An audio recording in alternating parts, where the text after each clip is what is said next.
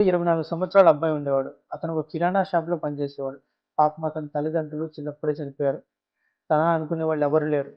రోజంతా కిరాణా షాప్‌లో పనిచేయడం, వచ్చిన కొద్దిపాటి డబ్బులతో సాయంత్రం ఇంటికి వెళ్లి వండుకోవడం, తినటం, పడుకోవటం. ఇది అతని రొటీన్. లైఫ్‌లో ఎటువంటి హ్యాపీనెస్ లేదు. అయితే ఇలా జరుగుతూ ఉండగా ఒకరోజు అతను 4 గోధుమ రొట్టెలు, కొద్దిగా కూర వండుకొని స్నానం చేసి డిన్నర్ చేద్దామని స్నానానికి వెళ్తాడు.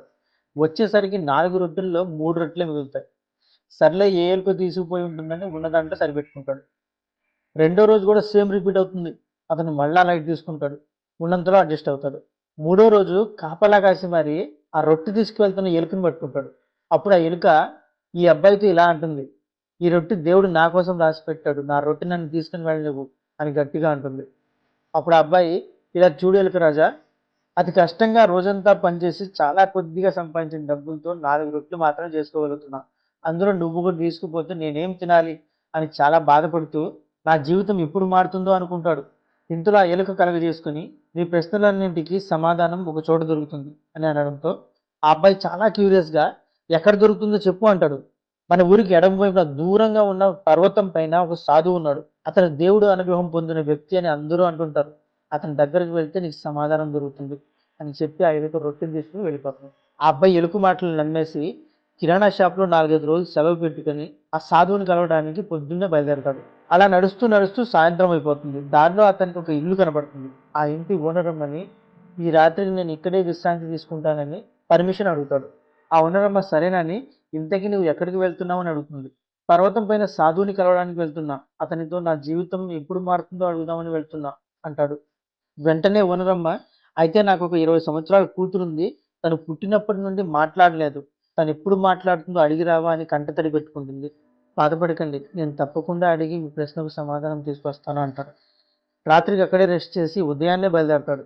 నడిచి నడిచి చాలా దూరం వెళ్ళాక బాగా అలసిపోతాడు. పర్వతం ఎక్కాలంటే పెద్ద పెద్ద కొండరాళ్ళు, అడవులు, నది దాటుకుని వెళ్ళాలి. ఎలా వెళ్ళాలా అని ఆలోచించుకుంటూ ఉంటాడు. ఇంతలో అతనికి ఒక మంత్రగాడు కనపడతాడు. మంత్రగాడితో మాట్లాడినప్పుడు ఆ మంత్రగాడు, "పర్వతం పైన ఉన్న సాధువులను కలవడానికి వెళ్తున్నావు కదా, అయితే నాదొక ప్రశ్న అడిగిరా. నేను స్వర్గానికి వెళ్ళాలని 1000 సంవత్సరాలుగా ఇక్కడే తపస్సు చేస్తున్నా. నేనెప్పుడు స్వర్గానికి వెళ్తానో నాకు అర్థం కావట్లేదు.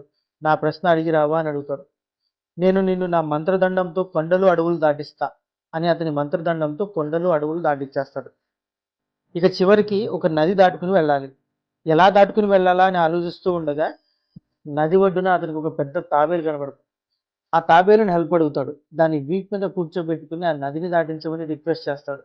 అప్పుడు ఆ తాబేలు, "నువ్వు సాధువుని కలవడానికి వెళ్తున్నావు కదా, నాదొక ప్రశ్న అడిగిరా.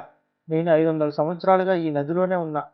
నేను డ్రాగన్‌లా మారి ఎగరాలనుకుంటున్నా. నేనెప్పుడు ఎగురుతానో అడిగిరావా" అని అంటుంది. సరే అనడంతో తన వీపు మీద కూర్చోబెట్టుకొని ఆ నదిని దాటించేస్తుంది ఆ తాబేలు.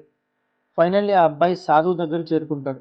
ఆ సాధువు అతన్ని, "నేను నీ 3 ప్రశ్నలకు సమాధానం ఇస్తాను.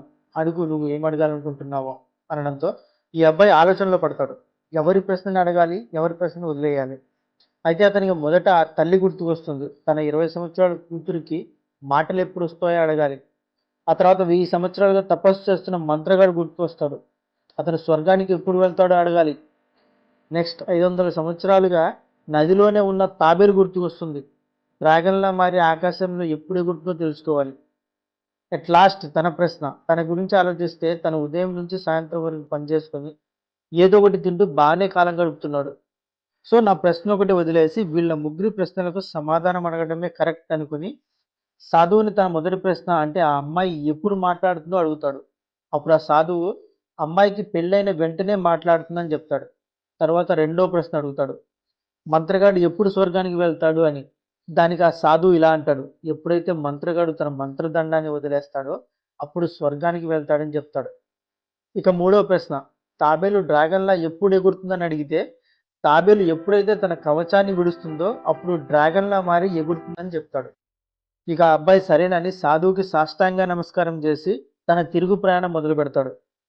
వెళ్తూ వెళ్తూ నది దగ్గరకు వెళ్ళగానే తాబేలు కనబడుతుంది. "నువ్వు నీ కవచాన్ని వదిలితే డ్రాగన్‌లా ఎగురుతావని సాధువు చెప్పారని" అంటాడు. వెంటనే అది తన కవచాన్ని వదిలేస్తుంది. అందులోంచి చాలా ముత్యాలు రాలుతాయి.